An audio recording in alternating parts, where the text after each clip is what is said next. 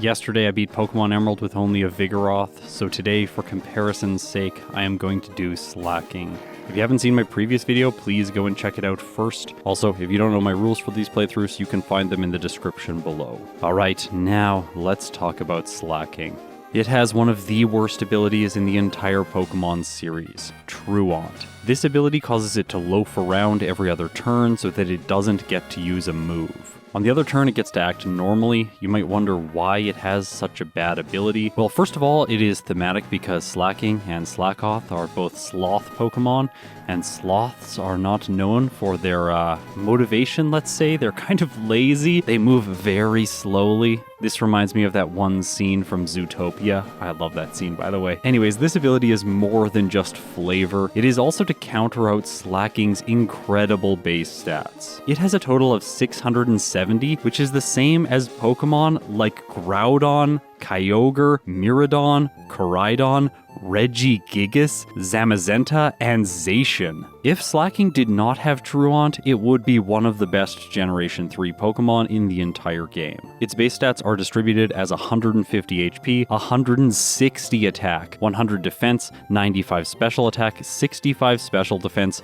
and 100 speed. The last one I find very weird. I did mention that Slaking is a sloth Pokemon and sloths are pretty slow. I'm not sure why it has a lot of speed. I feel like they could cut this speed stat in half and give it more, say, special attack or more HP instead. Maybe that would have made it too broken. I'm not really sure. At least it's pretty fast, so I'll be moving first on most turns throughout this run. To complement my base stats, I went with a naughty nature. It already has low special defense. I'm just going to lower it more and raise my attack because this thing hits like a truck. Unfortunately, though, it is a slow growth rate Pokemon, but that isn't going to be relevant for the comparison with Vigoroth because all Pokemon within the same evolutionary line share the same growth rate. Luckily for it, Slaking has a move pool which really backs up its incredible stats. It starts with Scratch, Yawn, Encore, and Slakoth. This is a very different set when compared with Vigoroth's Uproar, for example. Also, Slakoth is a move that I literally needed to look up because I wasn't sure what it does. It's basically the same as Recover, but that's not nearly as good when the following turn you are going to be loafing around. So you essentially miss 3 turns in a row, loafing, then you slack off,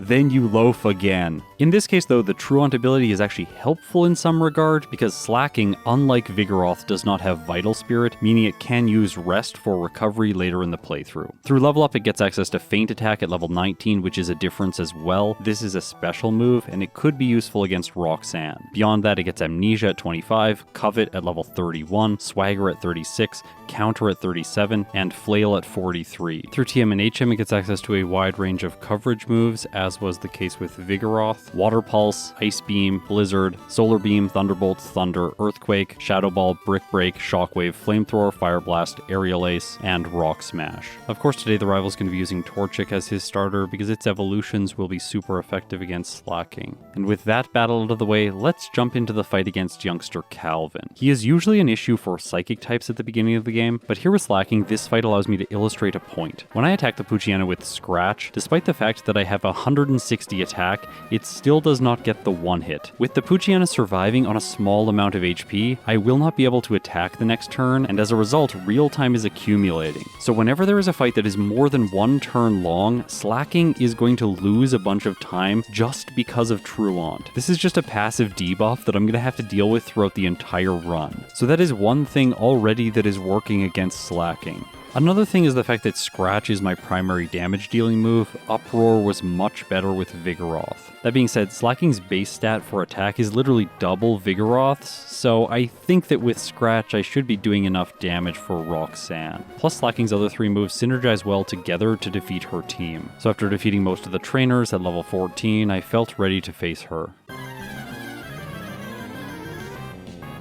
Okay everyone, please get ready for a long fight. This is what happens when you can only attack every other turn. You're a normal type, and you are facing an opponent who uses exclusively rock type Pokemon. Also, there's nowhere on my overlay where it says this information, but Roxanne does have 2 potions, and the Nosepass has an Oranberry, which is going to prolong the fight even more. Because Scratch isn't doing very much damage, every once in a while I am going to have to use Slack Off to heal my health, and then proceed to continue using Scratch to knock her Pokemon out. Against the Geodude, I could have prevented it from doing damage damage with Encore, trapping it in a move like Defense Curl. I don't think that that's advisable though, because Scratch is only going to crit roughly 6% of the time, and then it's just going to take even longer to knock her Pokemon out. Instead, I can use Yawn to put her Pokemon to sleep and hopefully mitigate some damage. After doing that to the first Geodude, I realized maybe this isn't the best choice. It just wakes up right away. In the end, I go back to using this move because the Geodude sets up all the way to +6, and Scratch is doing almost nothing. At long last, I finish it off and move on to the second Geodude. Against this one, I resigned myself to my fate, so instead of trying to prevent it from getting Defense Curls, I just use Yawn and then Encore to force it to use Defense Curls, and then slowly chip away at it with Scratch, knocking it out after a very long period of time. Okay, all that's left is Nosepass, and here I want to draw your attention to my PP. I have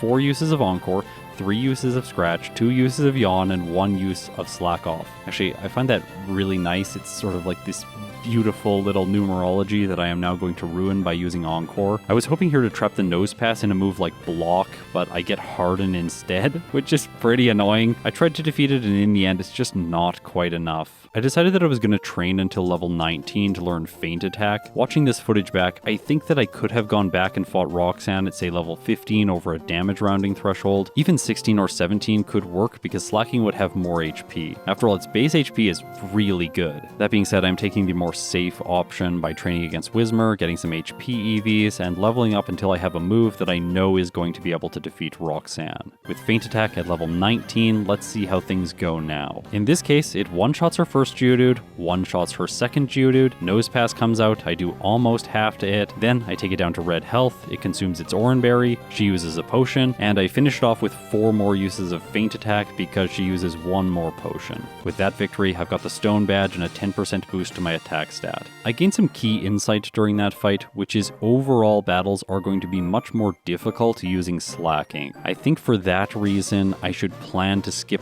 Brawly on Dewford Island and instead head towards Slateport City first. For example, one major difference between it and Vigoroth is the fact that Vigoroth was able to hit every turn, meaning the Meditite could never use Focus Punch. But with Slaking, the Meditite is definitely going to Focus Punch me, and that is a bit of a worry. I also don't think that I'll one-shot the Machop. It's going to set up Bulk Up on the first turn and then attack on the second turn, and it might crit with a move like Karate Chop. At the southern point of Rustboro City, I face the rival. By the way, in this case, I just want to mention the fact that Truant does work across Pokemon, so if I knock the Lotad out in a single turn, I am still going to loaf around once the Torchic comes out. It's not like Generation 1 with Hyper Beam, where if you knock the opponent's Pokemon out, you can once again move on the next turn. I backtrack through Petalburg Woods, and here I pick up my HM users. The first one's Meryl, I name it Adon. Then I catch myself a Zigzagoon, which I name Fallen Hero. And finally, I catch myself a Wingull, which I nickname Evil Befall. By the way, these are nicknamed after YouTube members at the Venomoth tier, so thank you so much for the support, I really appreciate it. After that, I head to Dewford Island, picking up the Silk Scarf. This is a nice 10% boost to Scratch's damage. I deliver the letter to Steven, and then I head to Slateport Beach. I fight all the trainers here for experience, just so I gain as many levels as is possible before I have to take on Wattson. Vigoroth was able to make it through that fight with Bulk Up, but since I have skipped Brawly, I will not have access to this powerful setup move. While I'm recording the voiceover, I am thinking that I could have perhaps gone back and faced Brawly, but I don't really want to do this backtracking right now if I don't have to. After all, Slaking has very good stats, so it might be able to make it through Wattson with a move like Rock Smash. The next trainer in my way is Brendan. This is the second battle against him, so his starter has evolved into a Combuskin. It knows Focus Energy as well as Double Kick. I finish off his Wingull. The Combuskin starts things off by setting up Focus Energy. Then I go for Scratch, taking it to red health, and it uses Double Kick, which luckily does not crit. That being said, on the next turn it does go for Ember, and this one gets a critical hit, bringing Slaking under half health. I finish it off on the next turn, leveling up to 25. I have a chance here to learn Amnesia, but I don't think it's going to be useful right now. I might teach it later on from the move reminder if I really want it. Brendan's last Pokemon is a Lombre. I often make fun of this thing because it's so awful. I'm loafing around, he uses Nature Power, doing pathetic damage as is expected. I go for Scratch, and it finishes the battle off. No resets here against Brendan, that is really encouraging. I was able to defeat the fighting type without a problem, so what could stand in my way? I continue continue on the next route fighting optional trainers just so I'm leveling as much as is possible. I don't know if you know, but this guy over here who's fishing between some trees is actually a trainer, so if you talk to him, he will fight you. He has a team of 4 Pokemon, so it's decent experience for this early on in the run. I finished his Tentacool off, he has a Whalmer, does a little bit of damage with Water Gun, so does the next one. I finished that off, and then Tentacool comes out, and it uses Supersonic, confusing Slaking. Alright, we need to talk about status conditions, because Slaking does not do particularly well when it has a status condition. It's interesting to me that Norman gives you the TM for Facade when his best Pokemon really does not want to be paralyzed. Imagine missing a move because of paralysis when you are a Slaking. That sounds awful. But you know what else is awful? Losing to a Tentacool. And yes, that is how I get my second reset in this playthrough. It takes me back before Brendan, so I have to defeat him again. Luckily, no problems here once again. And that brings me back to the Fisher, which I had to decide, am I going to face? Am I going to save? And the choice that I made was no, I'm just going to fight him again and take my revenge. If you're worried here because of how I set this fight up, don't worry. I do actually manage to defeat him this time. In Mauville City, I pick up the HM for Rock Smash, and I teach it to Slaking right away in the place of Yawn. I think we can see that this sleep-inducing move is not very useful, just because of how Truant interacts with it. All of the trainers in the surrounding areas bring Slaking a lot of experience points, and this takes it all the way up to level 31 where it has a chance to learn the move Covet. I had to look up this move before I did the playthrough, so I'm going to explain it for all of you since I assume some of you are coming with me from Generation 1 and 2 and you won't know how it works. Covet inflicts damage and steals the target's held item if it is holding one. That being said, it does not fail if the target isn't holding an item. In that case, it will just deal damage. There are some edge cases here, of course. If you faint because of rough skin, you still will steal the target's held item, and there's some other things like that, but they're not really relevant for a solo run. Mostly, Covet is just a better move than Scratch because it has the same base power and a slightly useful secondary effect. After all, most of the gym leader's ace Pokemon are holding berries, usually citrus berries, with the exception of Roxanne and Winona. Yes, Winona has an orange berry, it's very weird. Even Brawly has a citrus berry, so I'm pretty sure Winona's held item is a mistake. So Covet could be useful here against Wattson because it could steal his Manectric's berry and get some extra healing a little bit later on into the fight. But we will have to see if that ends up playing out. Here's how Wattson went. Up first is Voltorb. I go for Covet right away and knock it out in a single hit. Then I'm loafing around, but the electric just uses Howl, which is useless, so I knock it out for free as well. By the way, Covet does make contact, so I am lucky that Static did not activate there. That means I still have my Cherry Berry for the Magneton. This is useful because it's going to go for Thunder Wave on the first turn, I heal the paralysis, and then I use Rock Smash, hoping for the defense drop, which is a 50% chance, and I get it. Okay, that's good because now things are going to get more difficult because the Magneton sees that I'm not paralyzed and it really wants to cut Slaking's speed. It uses Thunder Wave, and I'm going to have to make it through the rest of this fight, potentially missing my already rare turns. Magneton goes for Sonic Boom, followed by Shockwave, and then I hit with one more Rock Smash, finishing it off. My damage ranges there were perfect so that Wattson did not use a Super Potion. I am hoping for the same thing against the Manectric. Also, I am really hoping that I am going to be able to steal its Citrus Berry, and since I can't do damage to it right away, there is no reason that it would use this item, so yes, I am going to be able to steal it. Slaking does more than half with Covet, then uses the Citrus Berry to heal back into the green. This was very important. If I had been using Scratch here, I would have lost because I lose a turn due to paralysis. Manectric is stacking up a lot of damage, spamming Shockwave, and I survive its last hit on red, finishing it with Covet. So on its first attempt, Slaking defeats Wattson. While it didn't need bulk up to win, it certainly would have helped. After all, this fight was quite close. In yesterday's run with Vigoroth, I had access to Slash by this point in the game, so Secret Power wasn't useful, but for Slaking, this move is going to be better than Covet, at least for the next tiny bit. The only noteworthy battle that I'm going to be using this move in is the one against Maxie. Secret Power, even after Intimidate, one-shots the Mightyena, so that is really encouraging, but Zubat is next and it could use Supersonic. In this case, it just goes for Wing Attack, I shrug it off and knock it out. All that's left is Camerupt, it gets Magnitude 8, doing almost nothing, and Slaking once again one-shots. This thing does a lot of damage. I grabbed myself the Meteorite. By the way, I caught myself an Abra when I was training for Roxanne, so I can teleport back to Fall Arbor Town and grab the TM for Return, which I teach to Slaking in the place of Secret Power right away, because this gives my effective power a boost of 20. With my new powerful and generic normal type move, I head into Flannery's gym to face the fire type specialist. Okay, who is expecting an easy fight after that maxi fight? I certainly was. I one-shot both the Nummel and the Slugma, taking a total of 2 points of damage from a Smog. Yeah, things are not going very well for Flannery. Next is Camerupt. This is the first Pokemon that could deal significant damage. Instead though, it sets up Sunny Day before I knock it out with Return. So I've made it to her ace. I'm feeling very good about this. Slaking is loafing around. Torkoal goes for Overheat, which does more than half. Now notably, this Torkoal is holding a White Herb, so it's able to restore its special attack right away. That is very scary. I need to one-hit with Return, and unfortunately the turtle is just too defensive. I do about 3/4 in damage, it hits Overheat again, and Slaking goes down. My solution for this in the next fight is just to use Slack Off against the Camerupt, stalling out the Sun, and then when it fades, I want to knock it out and move on to the Torkoal. This way Overheat will be doing less damage, I'll be able to survive one, and use Slack Off to gain health back. From here, it gets a bit annoying because I have to heal a bunch. The Torkoal does paralyze me with Body Slam, but eventually it's going to run out of steam because it is lowering its special attack each time it uses Overheat. Once it gets to -2, it's not going to use the move anymore because it's doing less damage than Body Slam. This gives Slaking the time it needs to hit with more returns. So I have used Slack Off to finish Flannery off. With her out of the way, I have to take on Brawly next, so I'm going to backtrack through Slateport Beach and then take the ship back to Dewford Island. As is always the case when you backtrack to him, he is incredibly easy. It's going to be a series of one-shots. Slaking does not care if it takes super effective damage in this case, just because I'm so over-leveled. With this fight ending, I'm actually wondering, will there ever be a Pokemon that struggles when I backtrack to him? I really hope not. With him defeated, I have gained access to the TM for Bulk Up, which I'm going to teach to Slaking right away in the place of Feint Attack. This should be what I need to defeat Norman.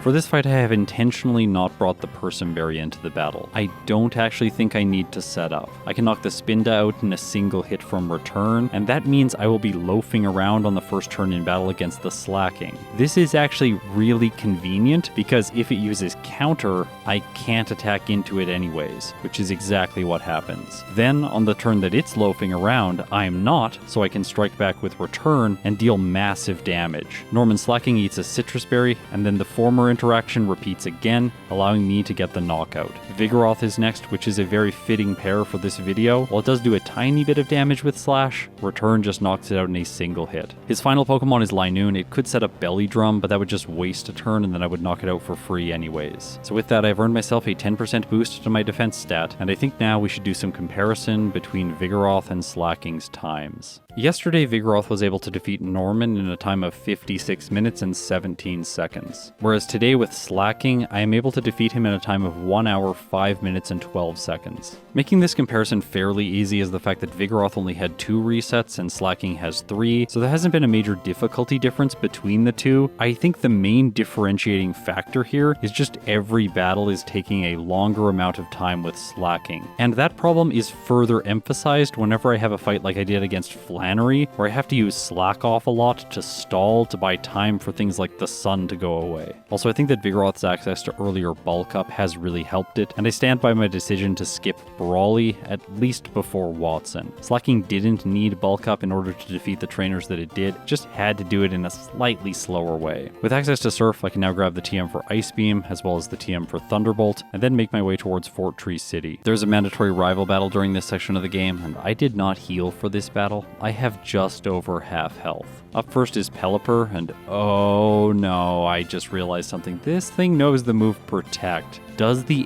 AI know that my Slaking has Truant? If it does, I might not be able to damage the Pelipper for a total of 10 turns. While this would give me potential time to set up, the Pelipper would definitely go for Supersonic. In this case though, it doesn't look like the AI knows that I have Truant because I get a return in early and finish it off. Next is Combuskin. I survive the double kick, knocking it out with a single return, and the Lombre is easy to clean up. Now while we have that data point from the rival, Winona also has a Pelipper that knows Protect, and I'm not sure how the rival's AI compares with the Gym Leader AI. I'm not sure how both of them compare with the Elite Four. After all, Phoebe's first Dusclops does know Protect, as well as Drake's Shelgon. But that's all quite far away. For now, we have to head into the 6th gym and take on Winona. Up first is Swablu. To avoid Perish Song, I knock it out with Return. Next she sends in Tropius, and this thing is not very good, so I set up Bulk Up twice on it, and then I knock it out. Next is Pelipper. It goes for Protect when I'm loafing around, which means the AI at least does not know which turn it is for my Truant, so Return is able to finish it. Next is Skarmory. I was really hoping for a one-hit here, but it just barely survives. As a result, it hits Slaking with Sand Attack. Alright, that would be really bad if it was going to keep using that, but at least on the next turn due to her AI, she is going to use a Hyper Potion. Of course, the better play there would have been to use one more Sand Attack and then the Hyper Potion, but she doesn't know that. As a result, I'm able to use Return one more time, it rolls better damage, and Skarmory goes down. All that's left is Altaria, and I think the only way that it could stop me is if Dragon Breath paralyzes and then I get some really bad luck. That doesn't play out though. I finish it off, and I've earned myself the 6th badge. In the interior of Mount Pyre, I go up to the top floor so that I can grab myself the TM for Shadow Ball, which will be useful later on, especially against Phoebe. The next location is the Magma Hideout. By the way, I never show this little animation of Groudon moving towards the player character in Maxi, then Maxi spinning around. It's kind of cute, so here it is today. After that, I have to face him once again. It doesn't even matter that the Mighty NA intimidates me, I just crush his entire team. Next, I explore Shoal Cave, grabbing myself the Shell Bell. This item could be useful, especially when I'm dealing so much damage per turn. After that, I teach Slaking, Shadow Ball in the place of Feint Attack, and now I think I'm prepared to face Tate and Liza.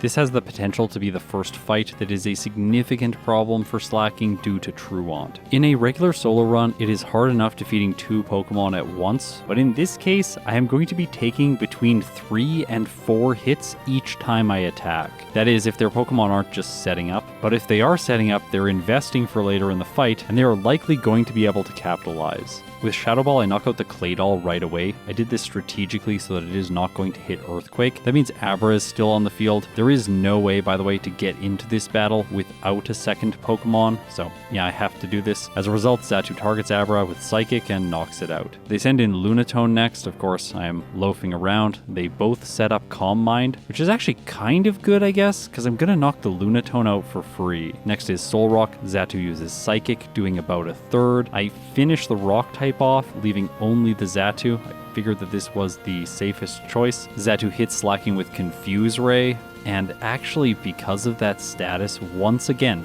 like the Tentacool, Slaking hits itself, losing a precious turn. This allows the Xatu to get one more Psychic in after an additional Calm Mind, and Slaking has a loss. Okay, I have to say, even though that was a loss, this fight feels much more manageable than I expected it to be. I think my first turn choice was the problem. If I knock the Xatu out right away, then there is no Confuse Ray user for the rest of the fight. I take a little bit of damage from Earthquake, and then for some reason Tate and Liza get very aggressive. Both Claydol and Lunatone attack on the next turn. This triggers Slaking's Citrus Berry, which heals it a little bit. I finish the Claydol off, but I'm not really confident now. Lunatone sets up, I'm loafing around, and as a result, Slaking goes down again. Alright, alternative strategy. I'm going to target the Claydol right away to prevent all of the Earthquake damage at the beginning of the fight, and to counter Confuse Ray later on in the fight from the Xatu, I'm going to use a Persim Berry. However, then the Lunatone uses Hypnosis and puts Slaking to sleep. At least this counter still decrements every time I try to attack, even if that would be a loafing turn. Still, the damage Slaking takes while it's asleep is too much, and as a result, it gets a third loss. I tried one more time and things are just not working, so I need to train. I could use rare candies now to boost Slaking's level. I felt that that would be premature, just because I don't have any experience with Truant outside of the first portion of this playthrough, and I don't really have a good sense of the problems that it's going to cause in the late game. I returned to the gym battle just one level higher because I thought of a new strategy. If I use the Shell Bell, then every time I knock out one of their Pokemon, I will gain back a bit of health. This can be really helpful for prolonging the amount of time that Slaking is in the battle. Plus, then I can target down the Xatu on turn 1, because while the Claydol is using Earthquake, I'm gaining back some health, helping to counter this out. By the time I can move again for a second time, I am at half health, and now I'm going to target the Lunatone down because I have significantly lower special defense, so it's better to continue just tanking the earthquakes rather than taking special damage from the other Pokemon. At this point, I basically just need to survive one more turn of Truant, and that is easy if I target the Lunatone down because the Soul Rock wants to set up Sunny Day to make Solar Beam and Flamethrower better. As a result, only Claydol is left. I waste some time with Truant, and then Shadow Ball strikes true, and I earn myself the 7th badge. This one gives me a boost to my special attack and special defense, but I don't think that I'm going to be using those stats, at least in the near future. There's another mandatory double battle in the Space Center against Maxie and Tabitha.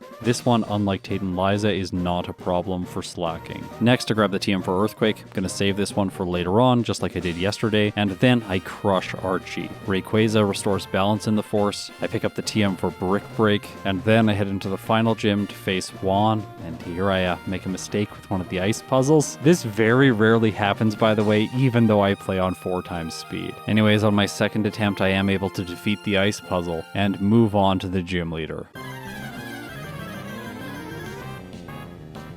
At this point in the run, I have learned something about Slaking. Because of its enormous attack stat, it doesn't really need bulk up. It would just waste even more time setting up, because with Return, I already have so much overkill on Pokemon that take neutral damage. As intended, the thing holding Slaking back is Truant, and at this time it has bled significant time when compared with Vigoroth. I make it through Juan's entire team to the Kingdra. I just barely don't knock it out, so it wastes some time with a Hyper Potion, but my next Return finishes it, and with that we have my final gym split. Yesterday for Vigoroth, it got a time of 1 hour 42 minutes and 49 seconds against Juan, whereas with Slaking, I got a time of 1 hour and 57 minutes even. I think at this point it is pretty much settled that Slaking is not as fast as Vigoroth. There is a lot that I could optimize in my Vigoroth playthrough, and while there is some that I can optimize here with Slaking, I just don't feel like I have as many options. Yes, I wouldn't have lost as much time against Tate and Liza if I had known the strategy right away, but all of the other gym leaders were just kind of slow because of how Slaking functions. I finish off Wally, and with him defeated, now let's see how Slaking is going to do against the Elite Four. The first member is Sidney. The White Herb counters out Intimidate, and here I should mention the fact that I taught Aerial Ace in the place of Return. I figured this would be the safer option against Sidney because accuracy can be very vital in this fight. After all, the Mightyena does get a Sand Attack in, and the Shiftry really loves to set up Double Team. I did also mention that Aerial Ace has uses against Phoebe, especially when her Sableye sets up Double Team, making it a great choice to have on your set for the first 2 League members. I make it through his team, taking some damage along the way, and arrive at the Absol with orange health. There are a few issues here. Number 1, I've had my speed lowered so it can flinch me with Rock Slide. That doesn't play out, but it does set up Swords Dance and finish Slaking off anyways. I thought that perhaps dropping Return was the mistake in this fight, so I come back into it in the next attempt. However, then the Shiftry just gets really set up with Double Team, and it confuses Slaking, also subjecting me to a Torment, and that's another loss. In the end, the solution is actually Aerial Ace. I'm going to use Bulk Up on the Mightyena because I really don't care if it uses Sand Attack.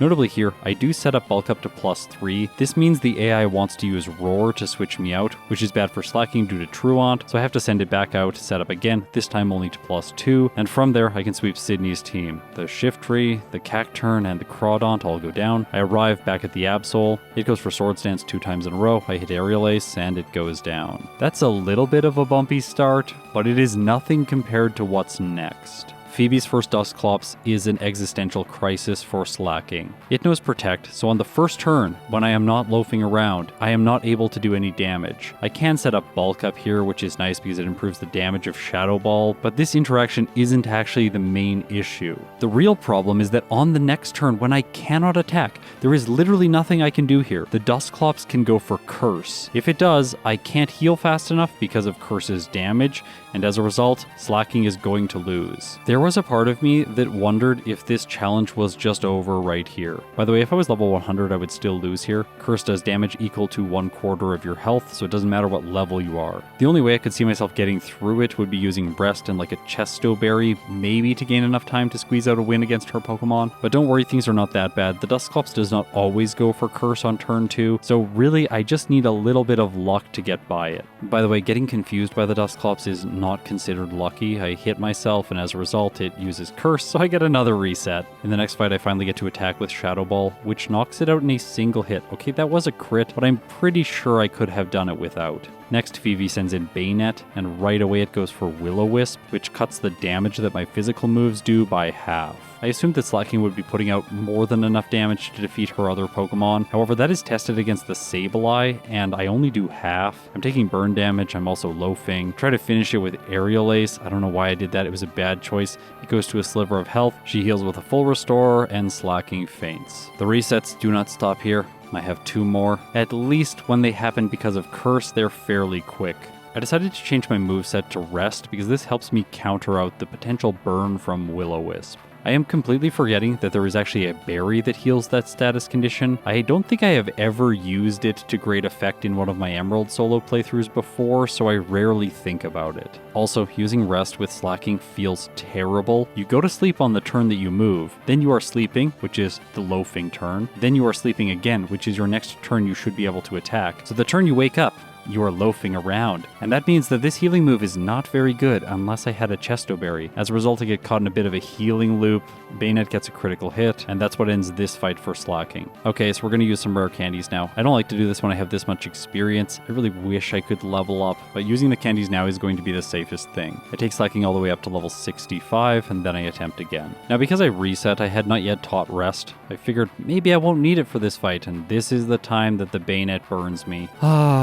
So that's really annoying. Yes, this fight does end as a reset. By the way, I came back once again neglecting the berry, but at least this time I bring in the Shell Bell, which does help me get some passive healing whenever I'm knocking out her Pokemon. Also, she does not go for Will-O-Wisp, so I knock the first Bayonet out, move on to the Sableye where I go for Aerial Ace, and in this case, without being burned and at a higher level, I'm able to knock it out in a single turn. The following Bayonet is a one-hit, as well as her Ace Dusclops. Sidney was a bit bumpy, but Phoebe was absolutely brutal. Luckily for me, now that I've made it to Glacia, I can teach Brick Break and stomp her team. At least that was what I was expecting to have happen. By the time I make it to the wall rain, things have slowed down because I'm having to use Slack Off just because Truant means I take so much damage. If I am not healing, I am going to faint eventually. Still, even though this fight is slow, I do manage to win.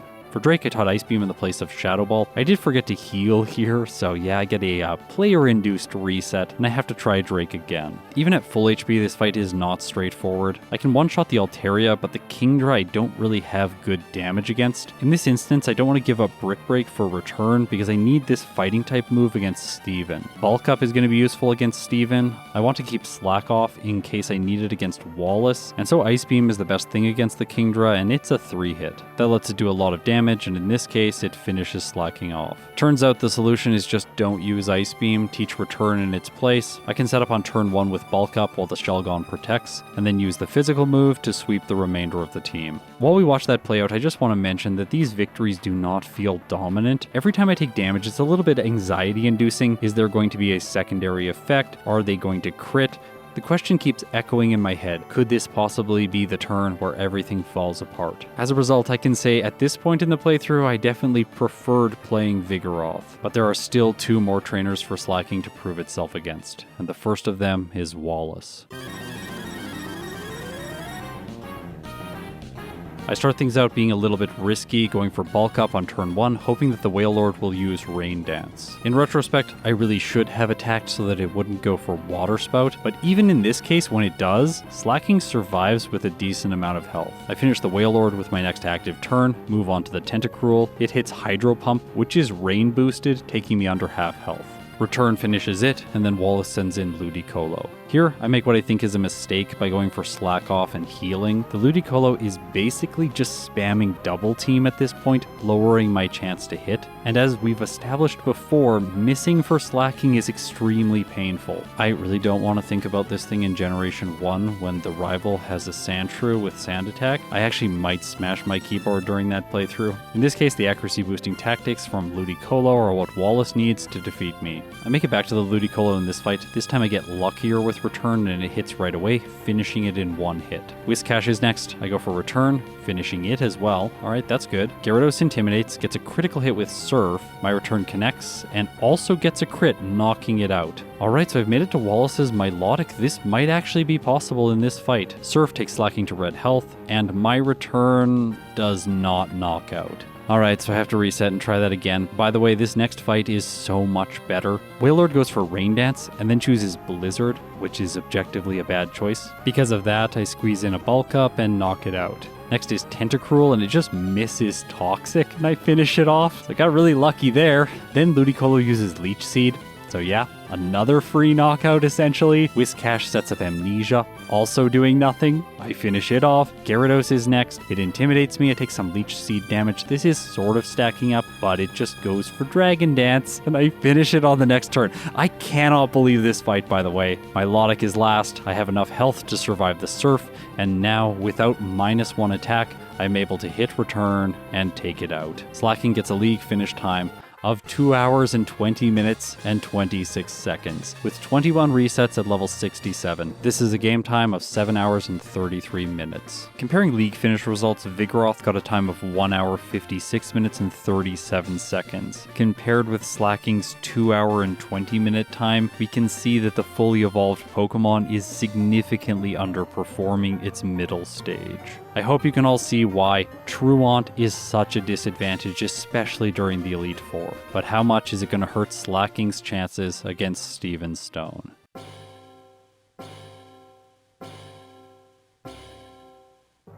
I figured in this fight I would just set up on the Skarmory, and then it goes for Toxic, and I don't have a way to heal that, so that is a quick reset. Somewhat begrudgingly, I bring Rest with me into this fight. Overall, since Slaking does so much damage, I want the Shell Bell for recovery, and so Rest is really just here in case I get hit by Toxic. If I can set up a little bit with Bulk Up, then the Skarmory is going to be doing so little to me that it doesn't really matter that I'm going to miss so many turns in a row. Well, that's not entirely true, because the more time I give the thing, the more likely it is to get a critical hit at some point, and eventually that happens, and then because of Toxic damage, Slaking goes down. Okay, so the saying is third time's the charm. Let's see if that's true. And it is here. I'm able to get set up to +3 and then knock the Skarmory out. Next, Steven sends in our Maldo. I take a little bit of damage from Water Pulse. Luckily, it does not confuse me. And then Earthquake finishes his second Pokemon. Next, he sends in Claydol. I don't really have a good option against it, but Brick Break is decent. While it is resisted, it smashes the screens that the Claydol sets up, but I don't have quite enough damage with +3 to two-shot it. So instead, I'm going to continue my setup. Note here, once I get to +5, that my attack stat reads 999. This is in fact not true. That is just for a convenience of visual display on the overlay. My attack stat in this case is actually greater than that. As a result, I am able to now two-shot the Claydol and move on to the Aggron. While Slaking is loafing around, Aggron hits Thunder. Yes, it does know this move, and it has a 30% chance to paralyze, and it does inflict the status condition on Slaking. As a result of this status condition, I am not able to use Rest against the Cradily, and it finishes me. Third time is not the charm,